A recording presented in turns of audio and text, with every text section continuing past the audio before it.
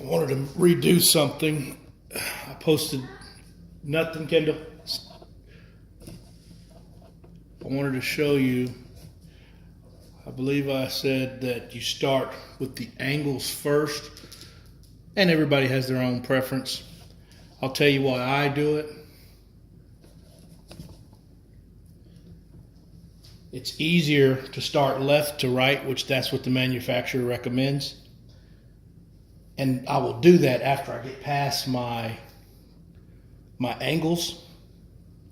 And the reason why is because I don't know if you can see it or not, but right on your angle corners, what happens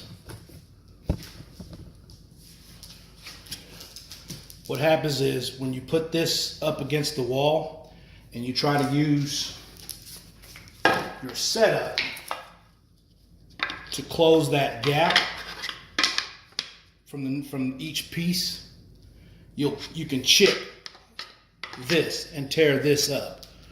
And if you didn't cut it right, your baseboard, your trim won't cover it.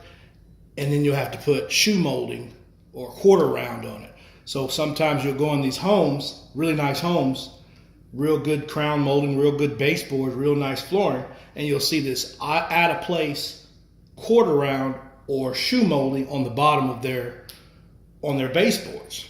Well, they did that most likely because they remodeled at some point and they cut it wrong.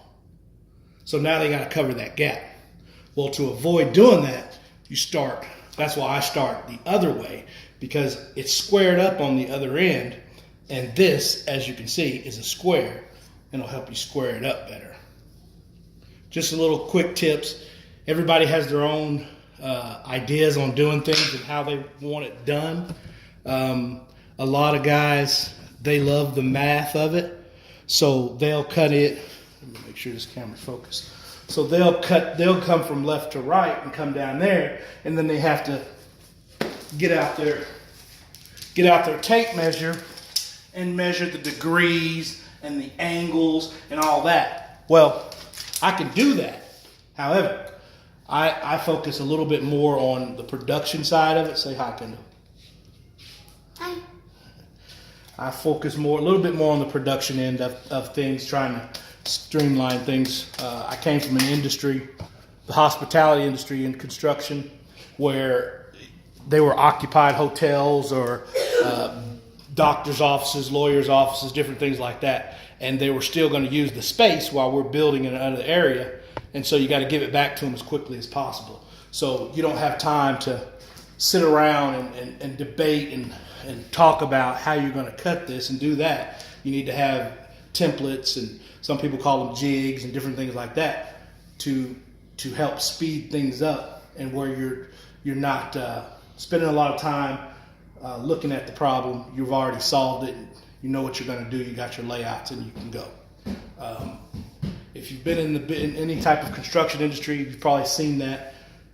A lot of builders, sometimes they'll get their architects and their designers and their engineers, and you'll have 6 or 7 of them just staring at a problem instead of pre-planning and getting it done. No knock on them. That's just the way it is. Well, sometimes you have to figure out a way to speed things up and get them rolling. I've been doing this for quite a while, so I've seen it all. It's kind of like the difference between the builders of OnQ and the builders of 7-Eleven. If you notice, the builders at OnQ, they're more methodical and they get it done. If you've ever go by and watch a 7-Eleven, a new one being built, you'll be scratching your head because you'll have a bunch of guys there, but a lot of them are just standing around looking at some problem or some issue they had instead of having pre-planning. And that's one of the major reasons why 7-Eleven can't keep up with OnQ's production. Just a quick tip.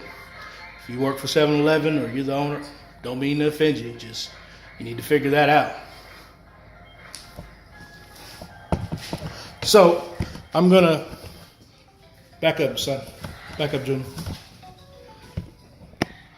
I'm going to give you a quick look at me setting another piece from the opposite end. And here's why they suggest you do it from left to right, because of the grooves. It's a lot easier the way the grooves are sitting, because now you have to go underneath instead of being on top of the snap and lock.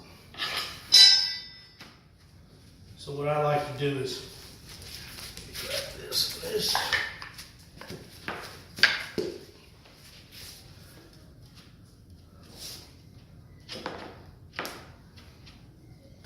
Get my board lined up. Get it to snap. Hear that little pop that locked it in place, but you still have a little gap here.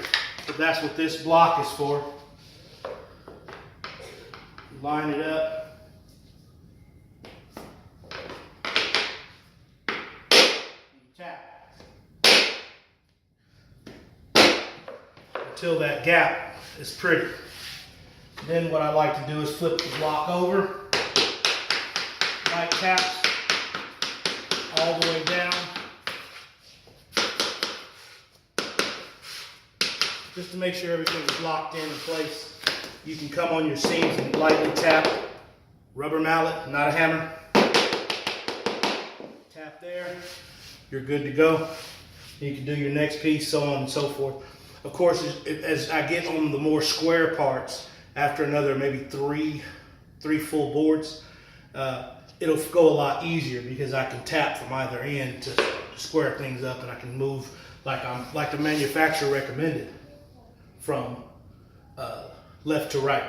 And another thing, this is another piece that you use against the wall, and when you have those angled cuts, sometimes you'll go across the product, try to tap it, and it'll come up and scratch.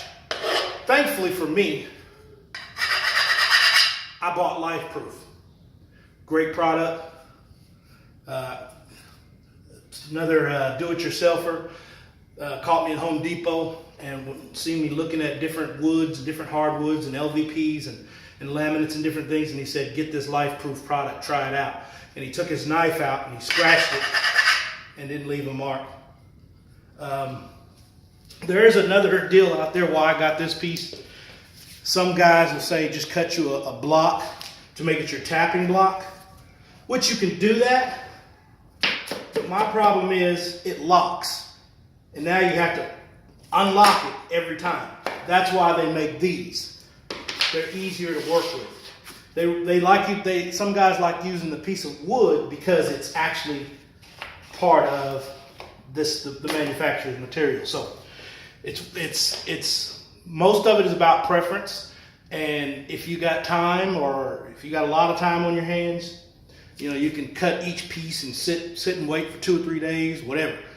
It's up to you how you want to lay it, but everything can be done. Left to right is the easiest way to go. However, when you have angles, I recommend going the other way. And you have different patterns that you can use. I chose a random pattern, just so that's why I can cut from right to left and cut my angles, because it doesn't matter. The seams aren't I'm not lining my seams up like you've seen on some tiles.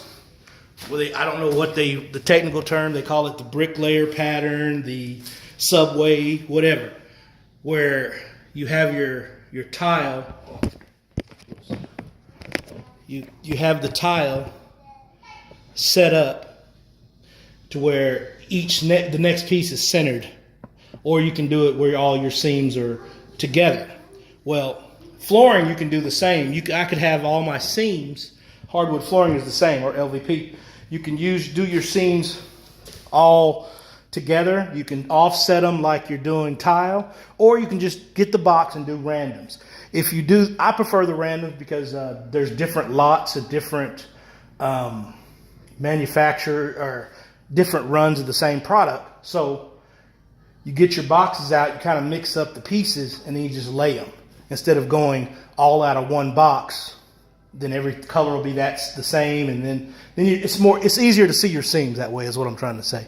So that's why I choose a random pattern. I don't like when it comes to laminates or hardwoods, I don't like doing a certain pattern where you can just catch that seam all the way down. It keeps your eyes moving. Anyway, that's my video. Try to keep you posted as I make progress. Now that my son and my wife are up, I can actually get down through here a little quicker, get my saws out, get my miters out and everything, and don't have to be hush-hush walking on eggshells.